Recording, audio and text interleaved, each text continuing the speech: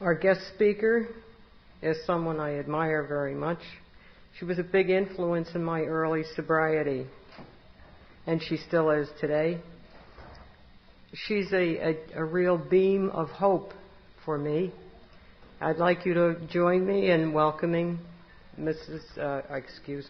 Geraldine D. from Blairstown.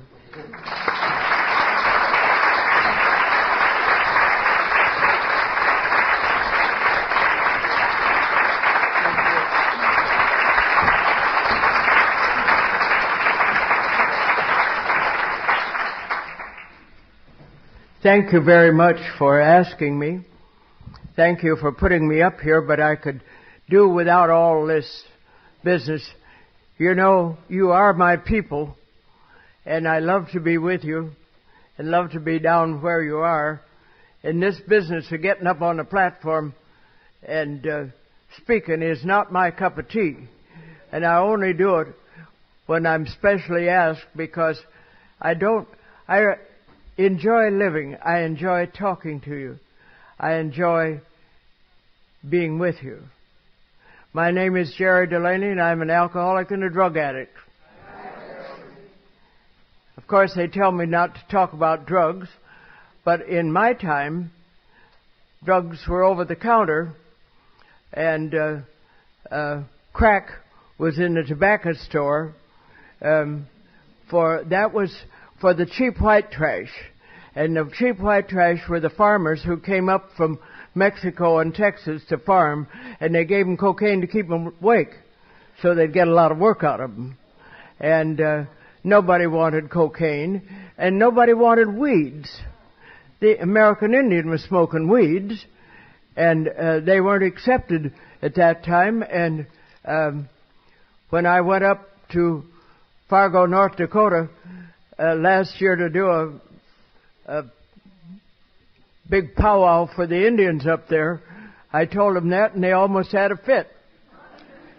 So I'll try to behave myself, and they've told me what to say. You know, they always do. They say, now you do this, and you do that, and you do the other thing. There's a whole group there in the back that could probably tell the story myself, because a couple of their supervisors have been around me a little, just a little, not much, but just a little.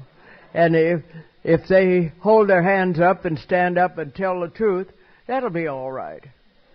But you know, I particularly enjoy a group of women, because in my day, they didn't want women in that nice little men's club of theirs.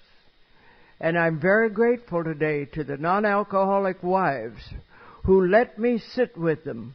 There wasn't any Al-Anon in those days, but they took me in, they invited me to their homes, and that's the way it was handled.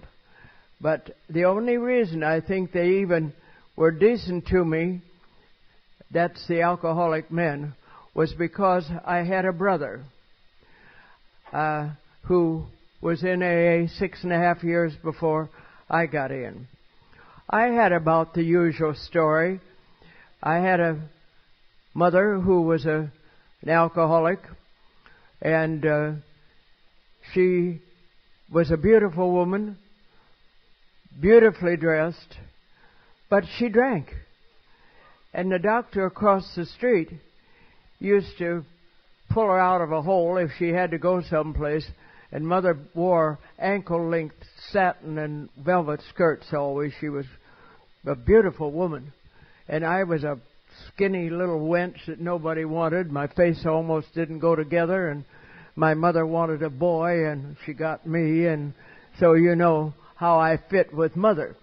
But when Mother would get a little too drunk, the doctor across the street was watching always when Verna was going out, and he would come across the street and give her an injection. Guess what he was giving her? Now remember that I'm 87.5 years old now, and I'm 47 and a half years sober, but I wasn't sober then.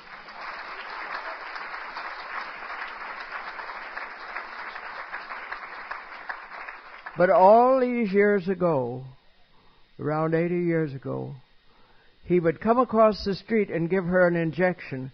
And what do you suppose he was giving her? The new drug, heroin. Everything that goes around comes around. So, you know, one thing gets popular for a while, and then, but Verna, unfortunately, never could quit drinking. And the sad part about it was she remarried after she divorced my father and was still drinking. And I had pulled her out of several things. But one night she got to drinking and her husband heard her making noise in the bathroom. And she did it often, so he didn't pay much attention to her. And all of a sudden the noise stopped. And Verna had fallen in the bathtub head first while drunk, and she drowned. Dead drunk. Thank God I had gotten my sobriety before this happened. I didn't get sobriety easily. I was traveling 10 months out of the year with a group of doctors, and they all wanted to travel a fast track. And I never drank in front of them. I took pills. Pills were over the counter then. Phenobarbital, Seconal, Albanol. You go in the pharmacy and fill your pocket full of whatever, and you throw in a handful of phenobarbital, and you get along pretty well without a drink. But I always had a gallon in my room to be sure I didn't run out. And I ran booze across the Canadian border. I wanted to be popular. I didn't drink, but I wanted to be popular in those days. And I was a skinny wench with legs that went this way and 2 hot water bottles that fit between them with a pair of cotton pants between them. And if I came back from Canada with 2 hot water bottles full of Canadian whiskey and took them to a party, I was popular. And besides, I didn't drink it myself. Then as I began to get out into the office where I had my work, I was in pediatrics, and I think that's always good to help take care of alcoholics and know something about children, because we just never grew up. And but I traveled around the country, and I took pills in the daytime, but I'd have a gallon in my room at night so I didn't run out. And everything was fine, except I began to hit the hospitals. I hit 23 hospitals, and they thought maybe what I needed was a rest. I was working too hard, you understand that. Of course, one of the hospitals told me that I almost died, and I laughed in their face and said, "You can't kill the Irish," and left the hospital and was drunk in 3 hours. But I wasn't an alcoholic, you know that. It was my moral leper brother who drank too much. He was bad. He was just awful. And I got my brother Oscar in AA. I didn't know anything but pediatricians, so when he got to real bad and his children were complaining and his wife was complaining, I called a child psychiatrist in the Newark area by the name of Dr. James Plant. And I said, "Jim, I've got a moral leper brother who's in trouble with booze. What do I do with him?" And he said, "Gee, Jerry, I don't know." Now, wait a minute.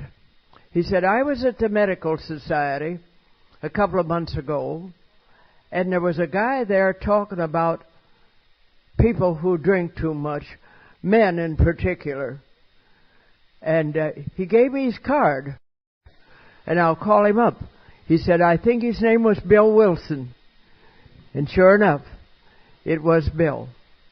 And he called Bill, and Bill went out to Maplewood, New Jersey that afternoon from New York City to see my brother, and my brother never had another drink again.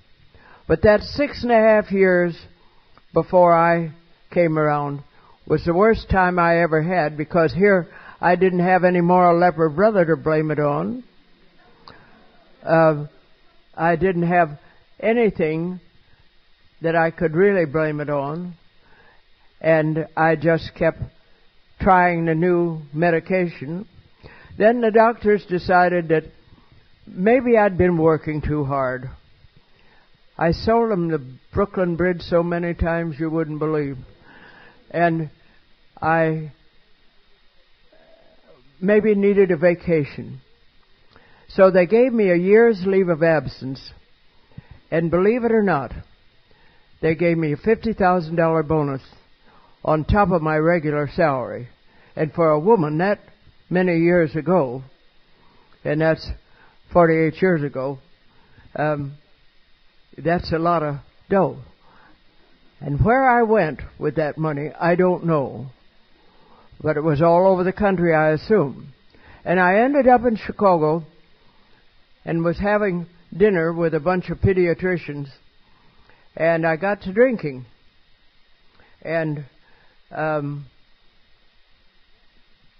when I got a little drunk, I wanted to dance on the table.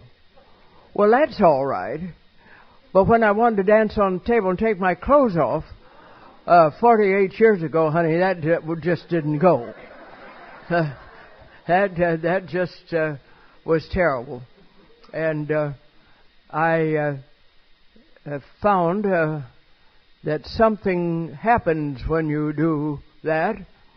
I didn't know it, but the next thing I remember was I waked up in an iron bed with a cotton sheet over me, and there were bars on the window and a peephole in the door, and I'm a smart kid, and I knew right where I was. I was in a nut factory. But I didn't know where, and I didn't know how I got there, and I didn't know how long I'd been there, and I was scared. My brother had been called to come and help me on several occasions, but Bill had said to him, "Don't go. Don't go."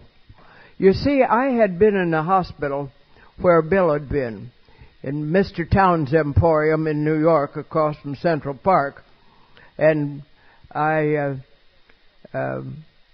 was there 7 times. Bill only made it 3. When I was there about the 5th time, Dr. Silkworth himself came in to see me. And I thought he'd come to see me about my psychiatric problems. And he had come to see me about my drinking. And I invited him to leave the room. And then when I found out he was Bill's doctor, I wanted him to come back. And I invited him to come see me. And he declined. He teased me about that until he died. And I always got a laugh out of it on one hand, and on the other felt bad that I didn't take advantage of it. But that morning when I was in that nut house in Chicago, I said out loud the first honest thing I'd said. If I ever get out of here, I'm going to ask my brother if he'll help me. And if you don't think there's a God, 15 minutes later, the door was opened, and my brother stood in the doorway. He'd had to borrow money from his AA friends to come out to Chicago to get me. And he said, "Honey, you've made a pretty lousy mess of your life. Do you want to do something about it?" Well, I did, but I didn't want to go with that bunch of holy rollers that were praying all the time, saying the Lord's Prayer and all sorts of things. And speaking of the Lord's Prayer, I have a great big picture like this. of a great big rock up in Vermont with the Lord's Prayer written on it by a Dr. Green. I just recently got it, and so I'm thrilled to have it, because this has all of our AA program in it. But, you know, I didn't know anything about praying when I first came in. My brother brought me back to New York. And the problem was that I was sick. After all, I wasn't withdrawn from all those drugs and the alcohol, and I was sick on the plane.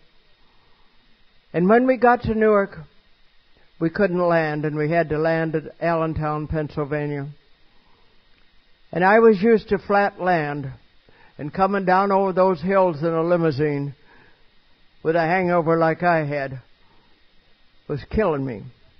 And then he was a Rutgers professor and had to teach a class, so he's going to leave me in the lobby of the old Robert Treat Hotel while he went and taught a 2-hour class.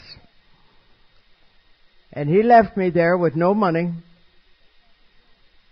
and said he'd be back to pick me up. Now remember, it'd been 48 hours since I'd had anything, and I'd been at this for 20 years. And I was hung over clear to my knees. And I made a very serious decision. I decided that I would go in the ladies' room and fix up, and I would go in the bar room and ask a man to buy me a drink. Now that was horrible in my day. You just didn't do that. But I was dying. And I went in the ladies' room, prepared to pretty up, didn't have any makeup. They took everything away from me. And I took one look in the mirror. And let me tell you, my friends, I have never had another drink since. I have never seen anything as horrible in my life.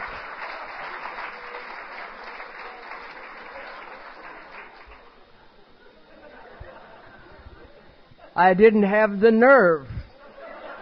And I'm a gutsy kid.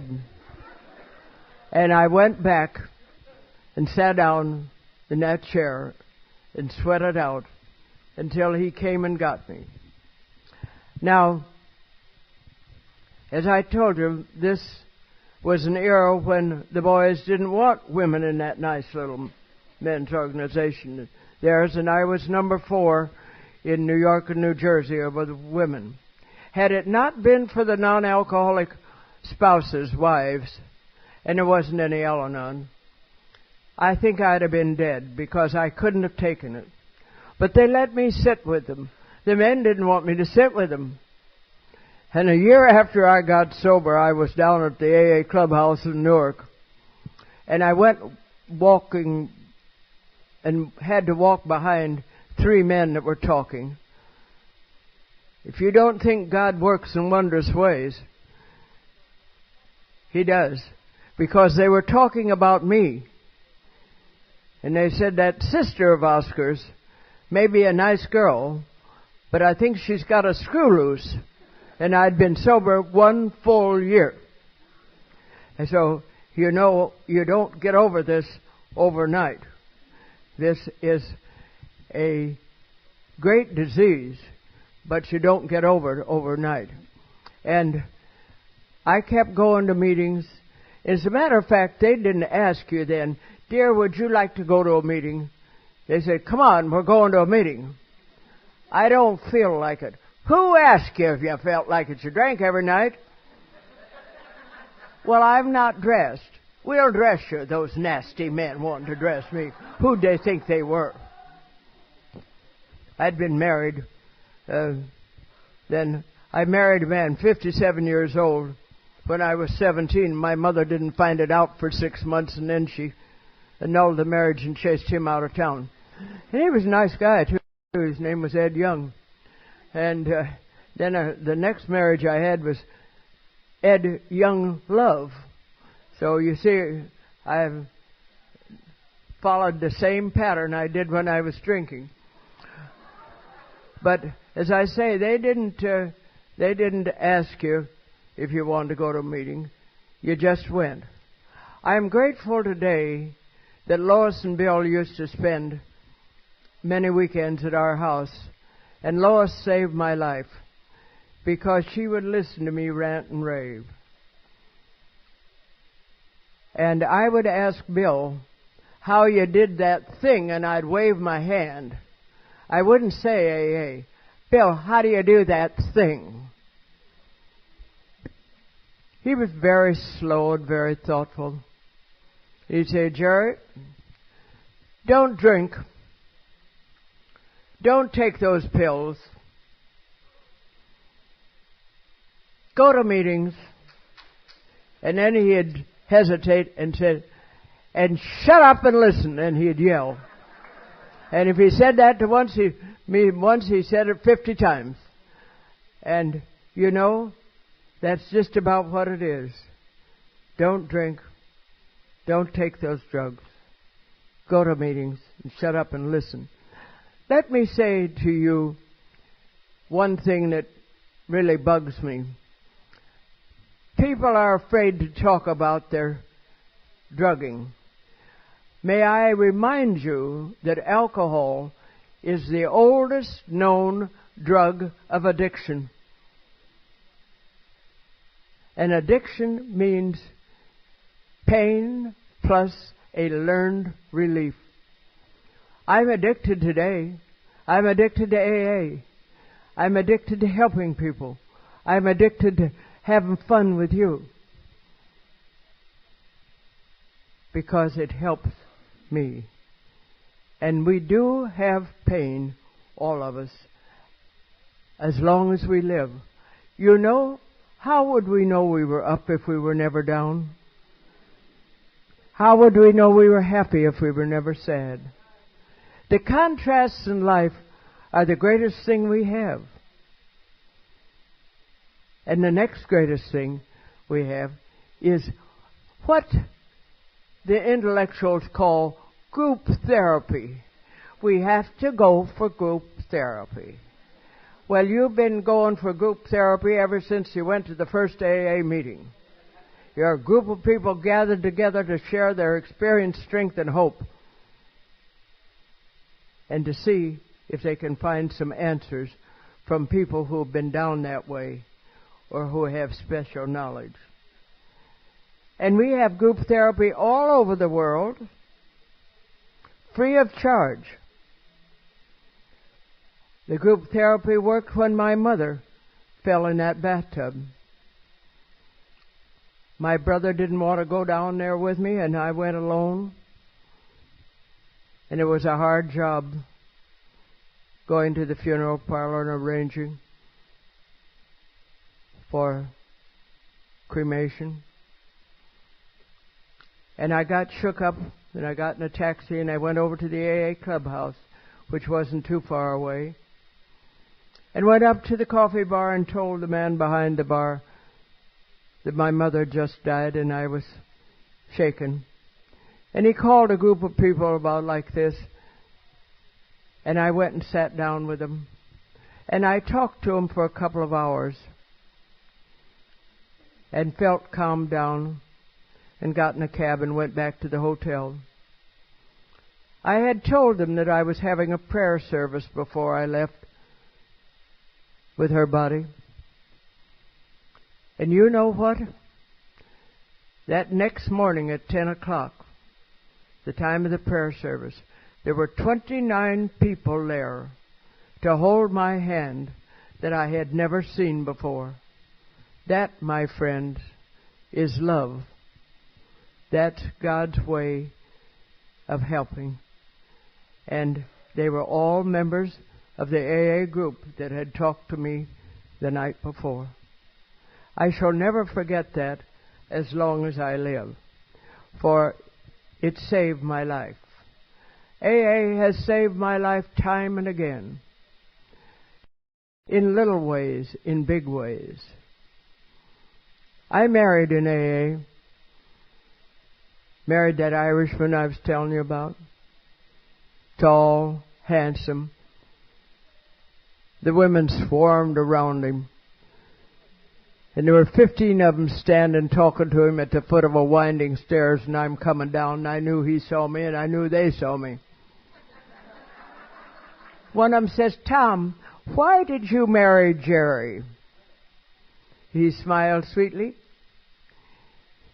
and he said, "She had an apartment, she paid for the license, and I moved right in." And it was true. That's the worst part of it. That was in Newark, and but this was a wonderful, wonderful man. Hard Rock AA. He didn't say, "I'll take you to a meeting." He said, "I'll meet you on the corner."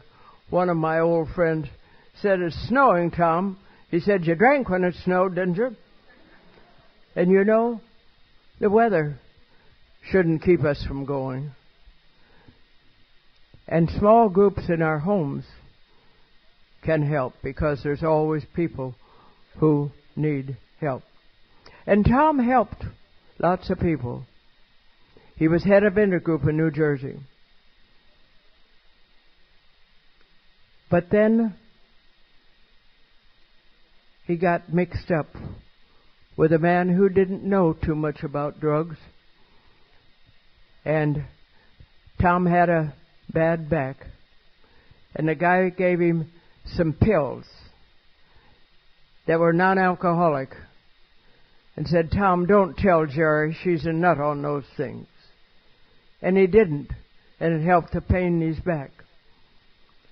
And he had a cigarette cough, and the guy gave him some non-alcoholic cough syrup with the same admonition, "Don't tell Jerry, she's a nut on those things." And 2 days after he started taking the cough syrup, he was back in the bar after 20 years of sobriety in all his activities. And he was in 14 hospitals in 17 months after being sober 20 years. And he bled to death of esophageal varices alone in the second floor of a halfway house. They just thought he was cutting up, as he often did. This is a patient disease, my friends. It'll wait for you forever. Don't say, "Well, this medicine is all right." I've recently come from the convention of the International Doctors in AA. We used to think if we had 100 in that group, it would be great. There were 1,000 there, over 1,000. And they were having a program of Hard Rock AA. They also had Al-Anon and Alateen. But they had something that I have never heard of before, Alatot and Aladude. The little bitty ones. And while they were mostly entertaining them, one of the subjects they talked to them is, "Let's talk about why Mommy or Daddy sometimes act silly when they drink that stuff out of the big bottle." And they talked about the things out of the cans and out of the bottles. And so there are more ways than one to carry the message. And that is what the 12-step is all about, is carrying the message. And the message is, you can't handle it. God can if you'll follow Him. But He can't make you do it. He gives you group therapy, He gives you friends, He gives you knowledge, He gives you books. He gives you love, when love is understanding whether we approve or not. We don't have to approve to love somebody. We have to help them. We have to show them the way and go the way ourselves. Don't say you do this and not go to meetings yourself. How many meetings do you get to? I'm very, very upset about the number of old-timers who do not go to meetings. If you know an old-timer that isn't going to a meeting, ask them to go with you. You can do some 12-step work too. The best thing that ever happened to me in my life was when my father went broke, when I was just getting out of college, and I had to go to work on 3 jobs and learn what work and money meant. Equally important, and I say it's another first, was my intolerance to alcohol.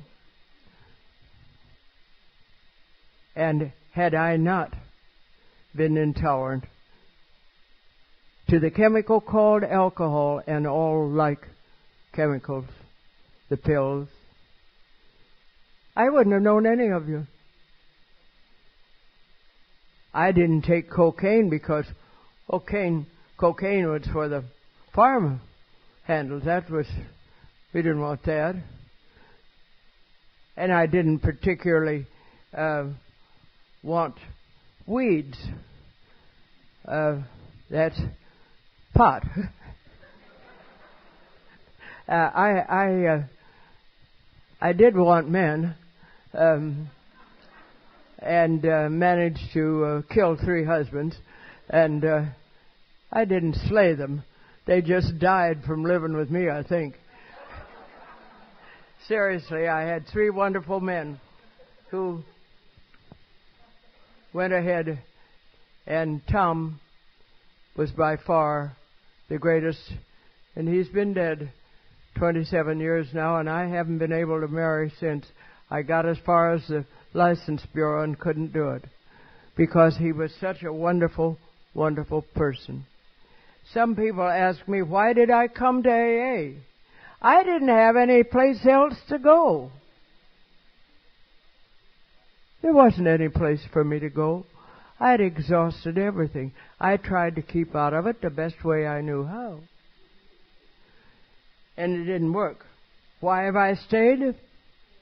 I like you. You are my people. I haven't yet to see a recovering alcoholic that I didn't like. Now, some of them I wish they'd work a little harder at changing for their own sake, because I can walk away. You see, I can walk away and not see you again. But God gave me a chance, and it's for me to pass on. What have I learned in AA? I didn't want to accept this as a disease, and a disease is an altered function of the body or mind. And I didn't want to respect it. I thought I was strong enough to handle it. I found I couldn't. I found in AA who I was, what I was, and what I should be. You know, let me tell you something, that old-timers are nothing special. Sometimes I want to kick them in the butt. We become free early, but unless we continue to live this as a way of life, it's the killer disease. We're not special. And we need to go to meetings. And we need to go to speaker meetings where we sit and listen, keep our big fat mouth shut. You know, we go to these discussion meetings and we're so busy thinking about what we're going to say that we don't hear what anybody else says. Get yourself to some speakers meetings and sit there and shut up and then go home and think about it. In AA, I found some wisdom. And wisdom is common sense developed to an uncommon degree. All this is common sense. If you're allergic to strawberries and get a rash, you don't eat them.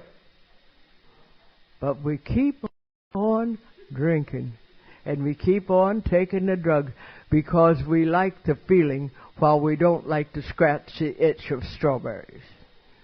We are a self-centered, selfish people, and it isn't just about alcohol.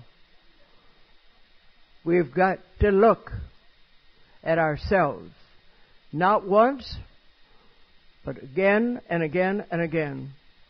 I take a yearly inventory, written, and then I talk out loud to myself in the mirror. You'll be surprised how stupid you feel lying to yourself if you take your inventory and read it and look at yourself. And then you tear it up and you go write it again and try to tell the truth. We are not any different than anyone else. But if we don't do it right, we're dead pigeons. They can get by with it. But you know something? I wouldn't trade all you as friends for all of them. I get so bored with people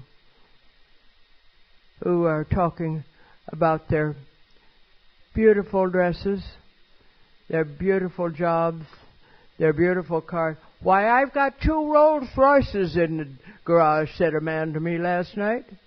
And I said, bully for you, give me the money for them and you can keep the Rolls Royce. I'd like to help the alcoholics with it. We shy away from words like insane. Remember, insane is not whole, not normal. Were you whole and normal when you were drunk? No, and you were insane. But you can be sane by just stopping things. People say, well, I was a manic depressive.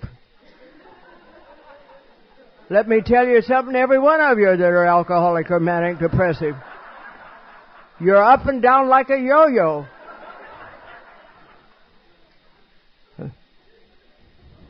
But we can handle ours if we want to.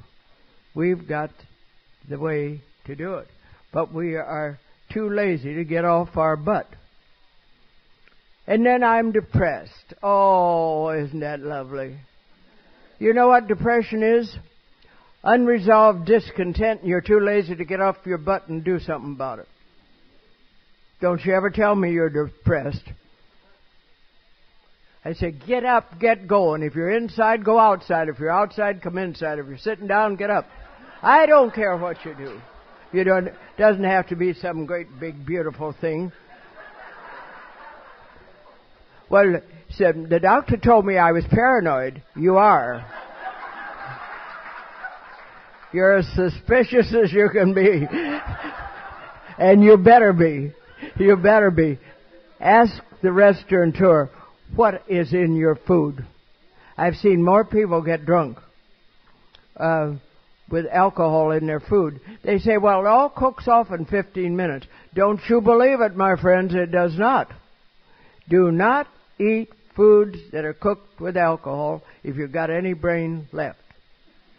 If you haven't, it'd be quicker and easier to just drink the whiskey out of the bottle. You say, well, I just have the symptoms of alcoholism. If you've got a symptom, you got the disease, kid. Don't give me that stuff. And, you know, we say, well, my capacity was great. What do you mean your capacity was great? You drank it. How much do you remember?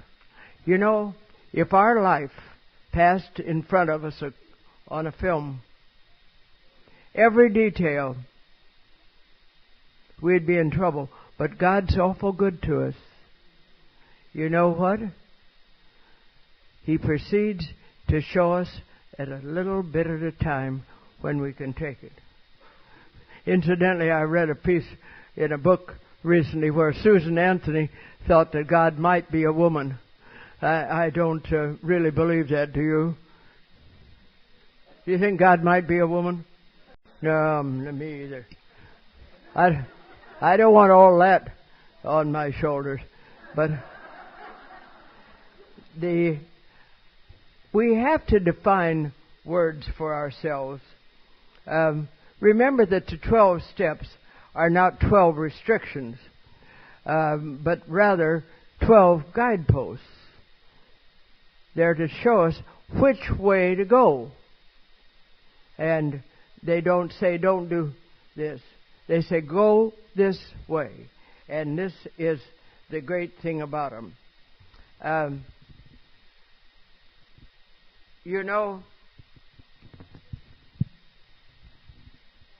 I think the 12 steps help us to grow up. And the slogans are the handrails. They help you when you get old and your legs don't work like me. The handrails help a lot. This too shall pass, and eventually it will. The first step, I feel, is an exercise of humility. Humility is a real understanding of what we're worth. It isn't calling in sackcloth and ashes. Just look at yourself. What are you worth? And you know something?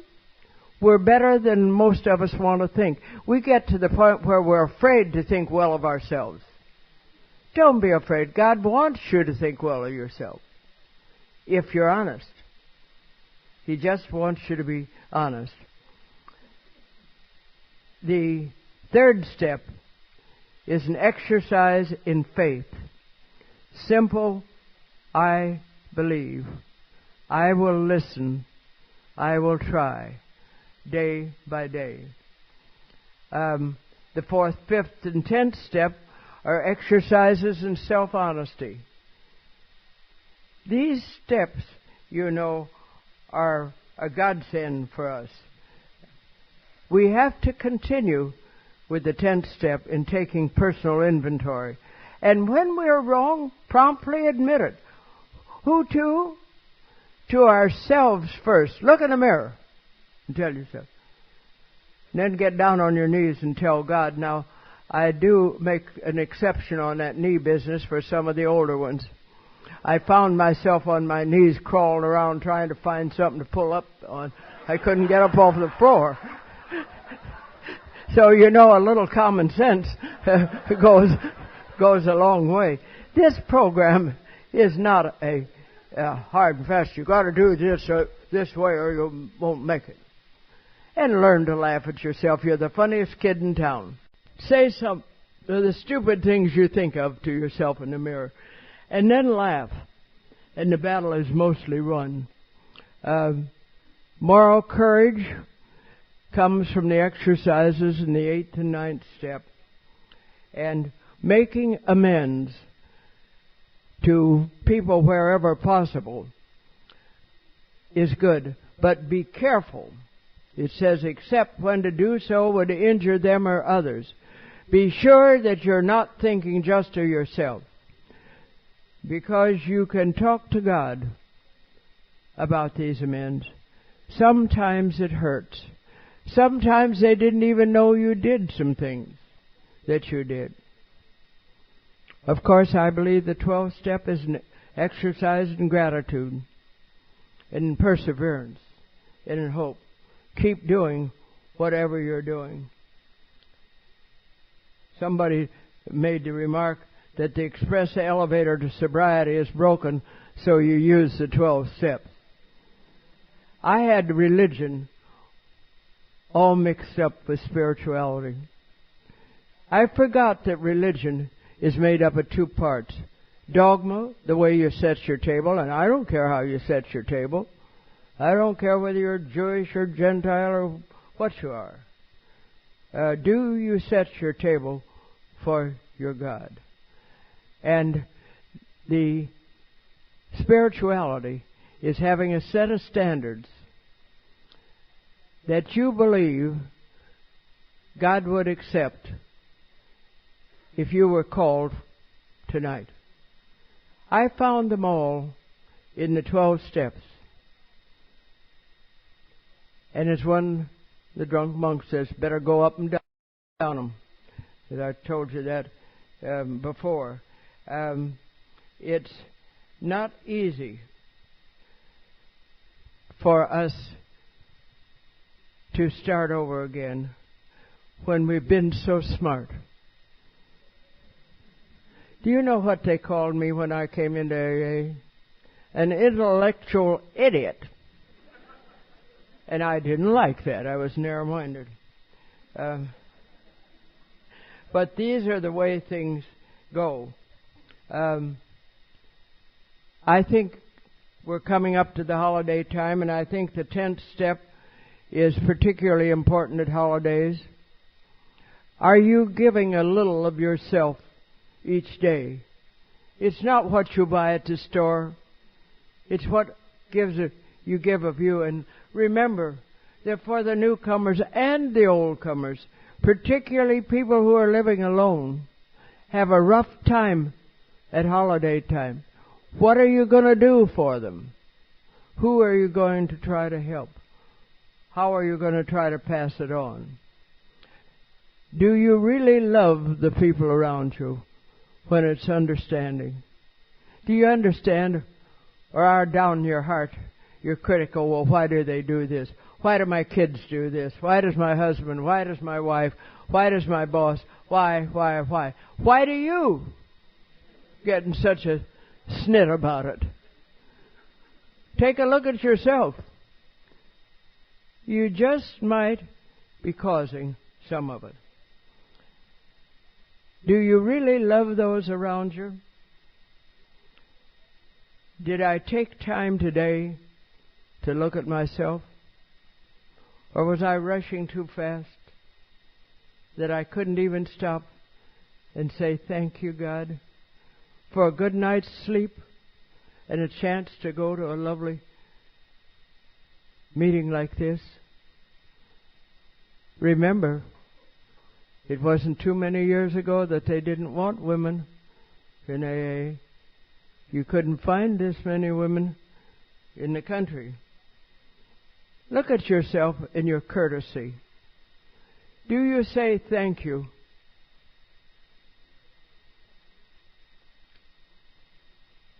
A little note to somebody that you just happen to think of. This is part and parcel of staying sober.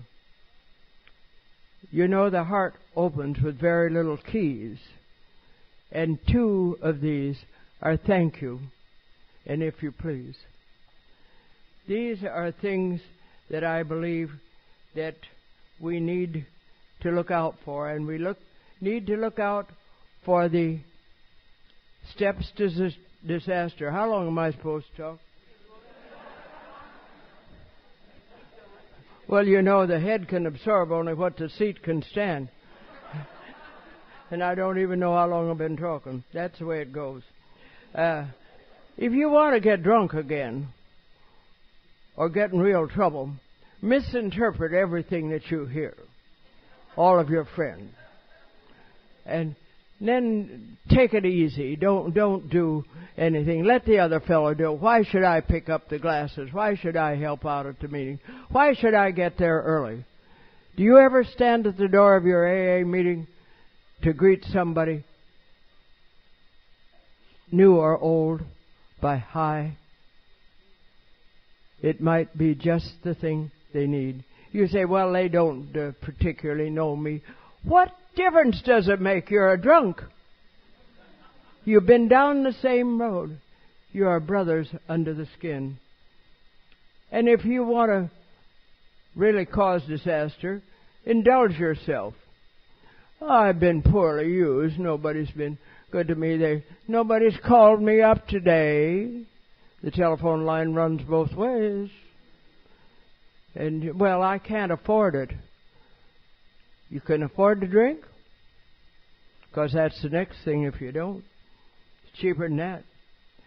And then if you try to hide the truth, keep the facts about your problems to yourself. Don't tell your sponsor. Don't tell a new person. Don't tell the meeting. Don't tell anybody. Just keep it all to yourself and you'll rot right inside of you. You'll stink.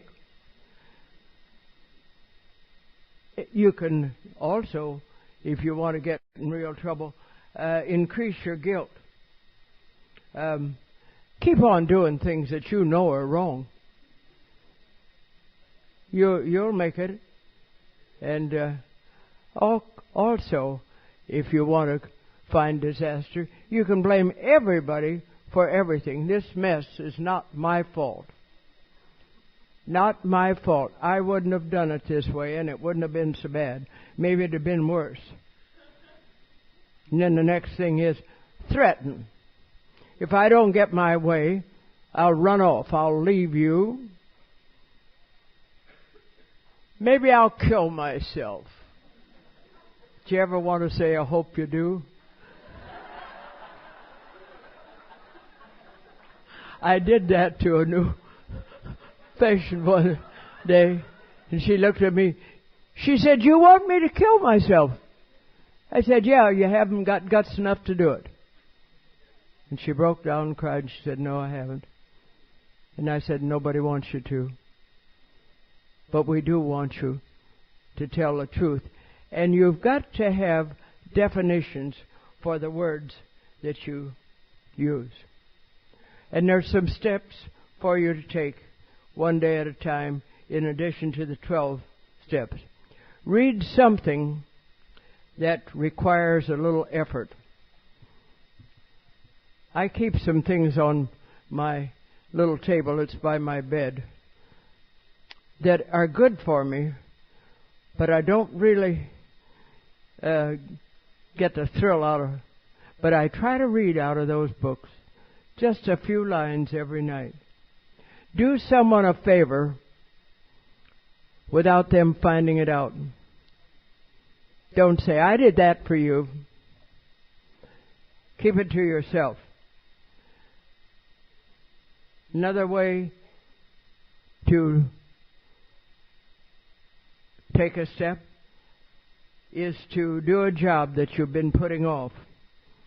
I cleaned the little table beside my bed that holds my dictaphone and so forth yesterday, and I've been going to do it for 3 months. I read this and promptly cleaned up the table. And my secretary came in this morning and almost dropped dead. Spend a half hour by yourself being quiet and trying to relax. We can't hear what God has to say unless we listen a little. And that's the hard part. We don't want to listen.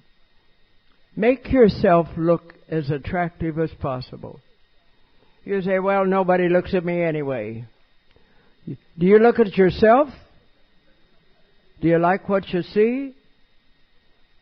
I don't like being this old particularly, but the alternative is not acceptable.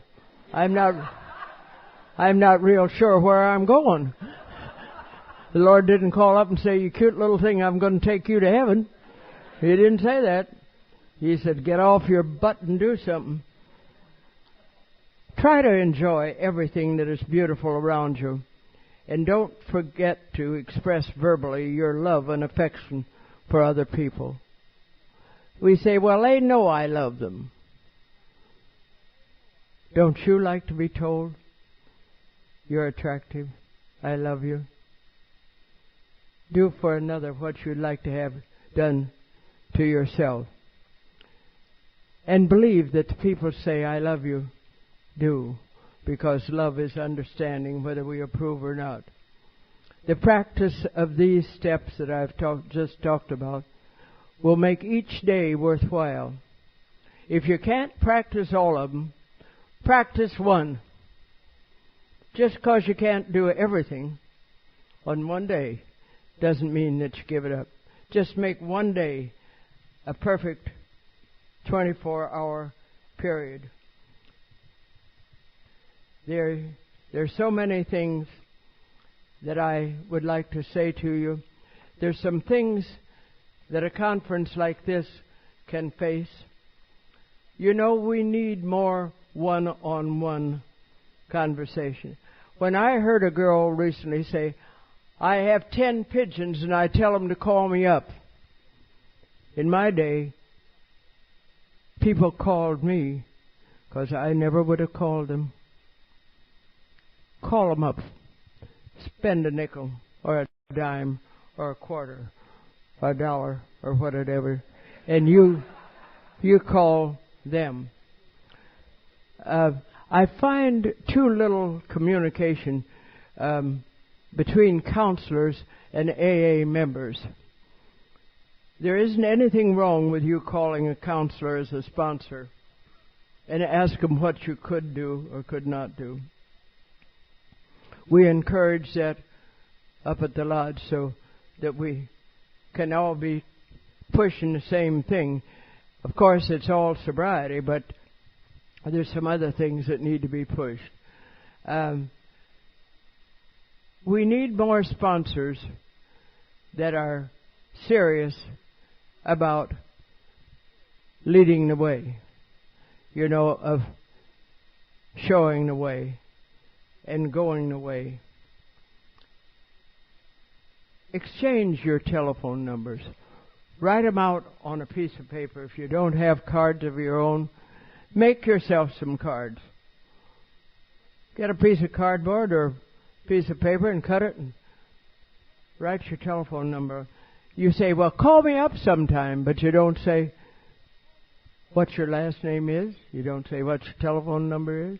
You don't say where you live. And say, well, you didn't call me this week. They can't call you. They can't remember this much.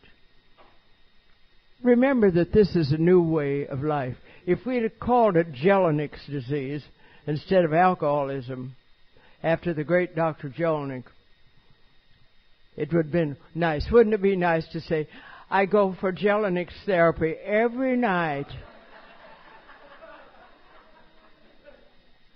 Ego deflation in depth is what we need. And AA does it. I think that's why they let it stay that way. I often wonder if people going to outpatient therapy are having AA coverage too. Does your counselor? I'm not against going to counselors because there's some things that you find hard to talk to another AA. But are they exchanging direction so that we all go in the right direction? There are so many things that I would like to tell you, but I'm going to close with something that they're going to give you a copy of. Have you got it for tonight or tomorrow you'll get it? But I want to tell you about this. I've been talking about going to meetings, haven't I? Well, we want a no excuse meeting. To make it possible for everyone to attend our meeting next week, we are having a special no excuse meeting. Cots will be placed in the foyer for those who say, that's my only time to rest. We will have steel helmets for those who say the roof would cave in if I ever came to a meeting. Blankets will be furnished for those who think the room is too cold, and fans for those who say it's too hot. We will have hearing aids for those who say the speaker talks too softly, and cotton for those who say she or he speaks too loudly. Scorecards will be available for those who take others' inventories.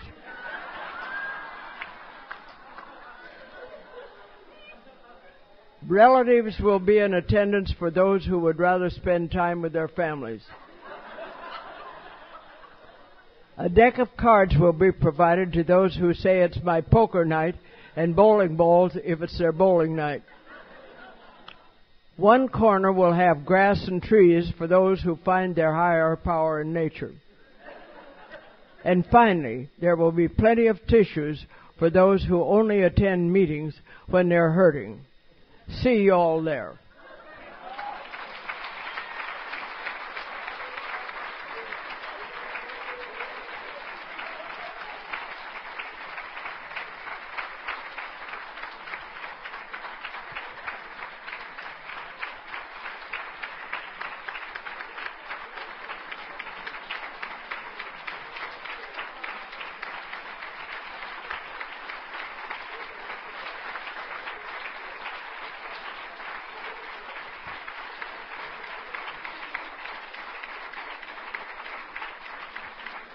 I don't want you to have any excuses for anything.